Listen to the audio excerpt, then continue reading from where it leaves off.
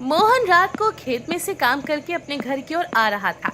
रास्ते में जंगल झाड़ी थी। सियार जोर जोर से चिल्ला रहे थे। मोहन जल्दी कदम बढ़ा रहा था कि तभी उसकी चप्पल टूट जाती है। वो एक पेड़ के पास अपनी चप्पल ठीक करने के लिए बैठ जाता है। अरे ससुरी चप्पल, तुमको भी अभी टूटना था का?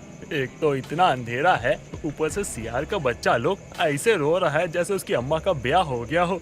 अब तो ये सुनकर हमारी हालत खराब होने लगी है।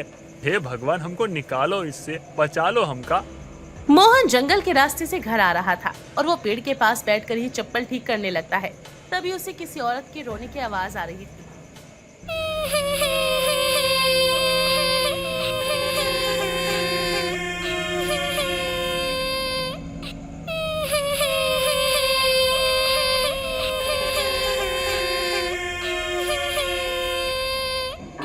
बेचारा घबराया हुआ जल्दी से वहाँ से भागने लगता है। ए ससुर का नाती, अभी किसकी आवाज है? एक तो पहले से फटी पड़ी है, ऊपर से पता नहीं कैसी कैसी आवाजें आ रही है। अब हम क्या करेंगे?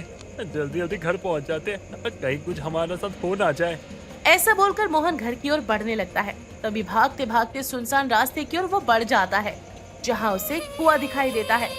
उस कुएं में किसी औरत के रोने की आवाज आ रही थी। हे भगवान, लागत है कि कुआं में कोई औरत गिर गई है।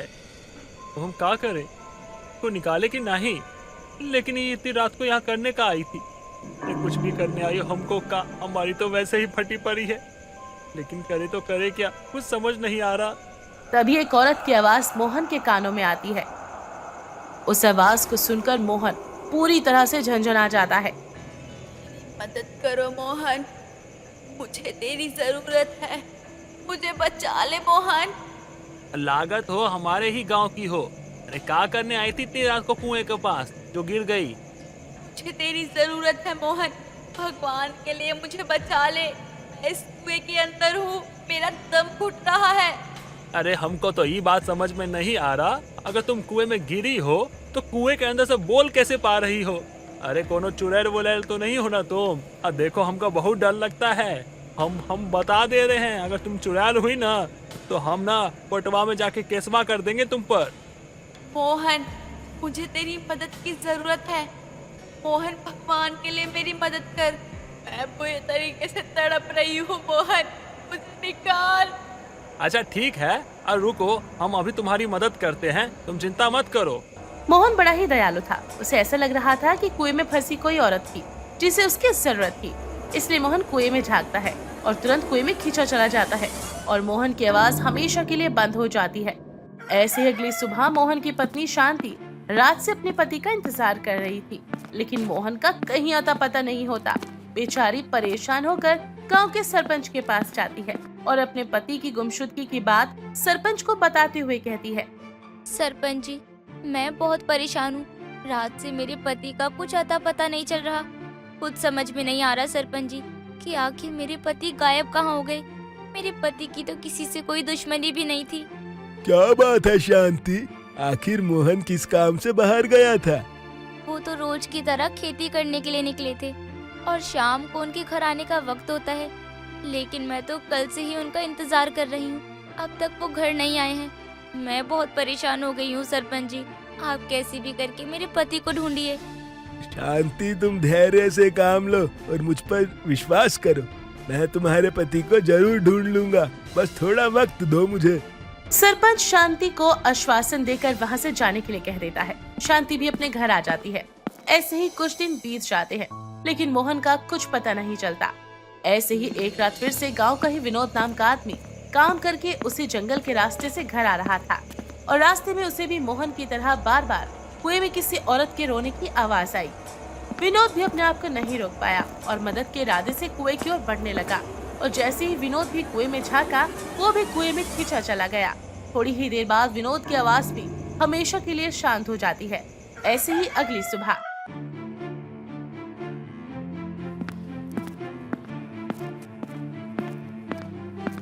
सरपंच जी, मेरे पति भी 2 दिन से लापता है। समझ में नहीं आ रहा है कि मैं क्या करूं। सरपंच जी, आखिर ये हो क्या रहा है गांव में पिछले कुछ महीनों से? धीरे धीरे लोग अचानक से गायब हो रहे हैं, वो भी सिर्फ और सिर्फ आदमी। आखिर ऐसा क्यों हो रहा है उनके साथ? देखो, मैं कोई जादूगर तो हूँ नहीं कि झट से पूछा सवाल और फट से जवाब दे दूं। अरे मैं भी तुम्हारी तरह इंसान ही हूँ, थोड़ा सा वक्त लगेगा भाई, मुझ पर विश्वास करो, मैं ढूंढ लूंगा तुम दोनों के पतियों को। कमला और शांति सरपंच से बात ही कर रही थी कि इसी बीच गांव में हल्ला होने लगता है। कुएं के पास से 2 लाशें मिली हैं। दोनों भागते हुए कुएं के पास जाती है तो देखते हैं कि वो लाशें किसी और की नहीं बल्कि विनोद और मोहन की ही हैं। दोनों की औरतें पूरी तरीके से रोने लगती हैं। हे भगवान, आखिर किसने ऐसी हरकत की है मेरे पति के साथ? ये दिन दिखाने से पहले भगवान जी, तूने मुझे अपने पास क्यों नहीं बुला लिया? अब मैं किसके सहारे जीऊंगी? मेरे 2 छोटे छोटे से बच्चे हैं भगवान जी, अब मैं कैसे उनका गुजारा करूंगी? तूने तो जीते जी मार दिया मुझे। भगवान जी, आखिर क्या पाप किए थे मैंने और मेरे पति ने जो हमें ये दिन देखने पड़ रहे हैं? हे भगवान, आखिर किसने मारा है मेरे पति? एक बार अगर मुझे उस कातिल का पता लग गया ना तो मैं उसे जान से मार दूंगी। पति के जाने के बाद कमला और शांति दोनों का ही बहुत बुरा हाल था। दोनों के मन में बस एक ही सवाल था कि आखिर उनके पतियों के साथ हुआ क्या है, और इस बात का पता लगाने के लिए दोनों आपस में दोस्ती कर लेती हैं। और रात के समय कमला और शांति दोनों उसी जंगल के कुएं के पास जाती है जहां वो दोनों किसी औरत के रोने की आवाज सुनती हैं। शांति बहन, मुझे तो बहुत डर लग रहा है। आखिर इतनी रात को यहाँ कौन रो सकता है? डरो मत कमला बहन, अगर तुम ऐसे ही डरती रहोगी तो यहाँ हम जिस मकसद से आए हैं वो कभी पूरा नहीं होगा। मैंने पीछे तक गांव वालों को भी बोल दिया है ताकि अगर कुछ भी ऐसा वैसा हो तो वो यहाँ पे समय पे आ जाए। तुमने बिल्कुल ठीक किया कमला बहन, जल्दी से मूर्ति निकालो, हमें हनुमान चालीसा का पाठ पढ़ना है।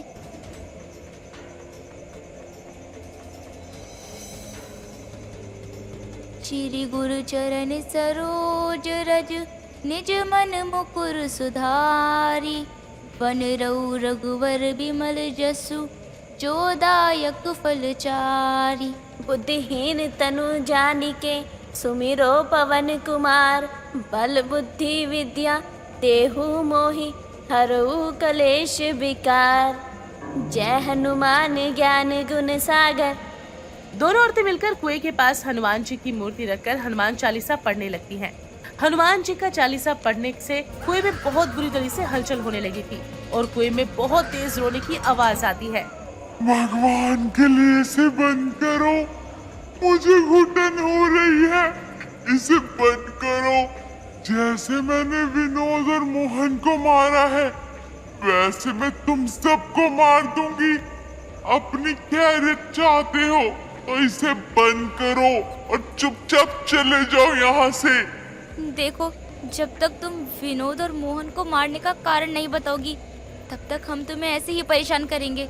अगर अपनी खैरियत चाहती हो तुम तो अभी के अभी हमारे सामने आओ और सारी सच्चाई बताओ, वरना यह हनुमान जी की मूर्ति इसी कुएं में डाल देंगे हम। शांति के इतना कहते ही उस कुएं से एक चुड़ैल बाहर आती है और वो चुड़ैल शांति और कोमल को रोते हुए अपनी सारी सच्चाई बताती है।